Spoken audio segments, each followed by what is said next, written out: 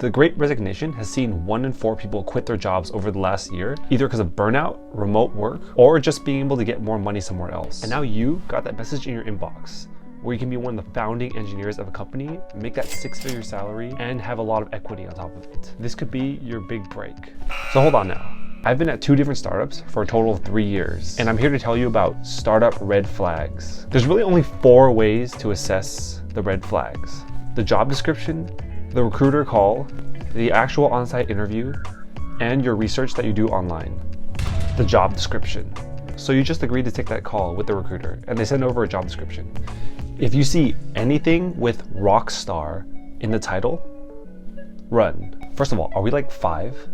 Why do we have this stuff in a professional job description? If rockstar is in the job description, it roughly translates to, we need you to do everything and have no life.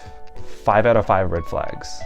If you see must have a can-do attitude in the job description, this usually means you can't say no because they just probably fired someone for doing so. Hey, can you work this weekend? Hey, can you fix this before you leave? Hey, can you get this done before tomorrow morning? We have a customer demo. This is especially troubling if you see it in the job description because startups have all kinds of unreasonable feature requests. And if they want someone who doesn't say no, red flag. 4 out of 5 frowny emojis. This is definitely the worst of them all. Anything that says work hard, play hard. This almost always means, hey, we don't respect the people that work here. We want you working all the time. You guys have no lives anyway, right? 5 out of 5 skull emojis. All right, so now you're on the call with the recruiter. If they flake your call, I'm not talking about if they have an actual emergency and they contact you and they ask to reschedule nicely. I'm talking about radio silence when it's time for the call, only for them to call 2 hours later and ask if it's still a good time. Like, dude, was I supposed to be sitting here waiting for your call for 5 hours? Basically, this means one of 2 things. 1, they're so busy that they can't commit to the meetings they set. Or 2, they don't respect your time.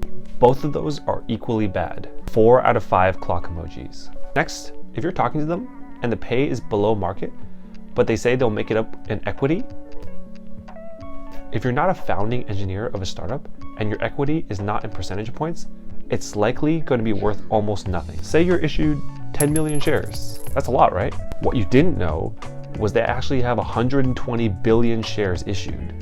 Not so great, is it? So you survived the recruiter call without seeing any red flags, and now you're on the on-site interview. Make sure you have questions to ask the managers and the engineers. This will be your biggest way to determine red flags. So say you're interviewing with an engineer that works there, and you ask them, what's your favorite part about working here? If they blankly stare at you for a while before they drum up a generic answer, I like the ping pong tables. That's a red flag. 3 out of 5 ping pong paddles. If you're interviewing with a manager and they ask you, how do you feel about working weekends? Make sure you clarify what they actually mean. This could mean working late once or twice before a deadline, or it could be a common occurrence where the CEO says, hey, I saw this feature in a contract. I need this by Monday. Assess wisely. 2 out of 5 suitcase emojis. All right, job description, recruiter, on-site, oh yeah. The interview was way too easy. Like they asked what your favorite color was and now you're hired. This is either a scam or they lose an engineer on average once a month. Do your own research too. Go on Glassdoor and sort the reviews from lowest to highest. A lot of times, the really small companies with bad Glassdoor reviews will have the management team flood the reviews with 5 stars in order to dilute the bad reviews. Take a look at the bad reviews and assess if you think it was reviewed by a disgruntled employee or if it was fair criticism, and really assess how many of them there are. It'll tell you a lot. After that, go to Reddit and search up your startup's name. Also, download Blind and look up your startup there too. The reviews on Reddit and Blind are less censored than on Glassdoor, so you might get a really good impression of your company. So yeah, good luck.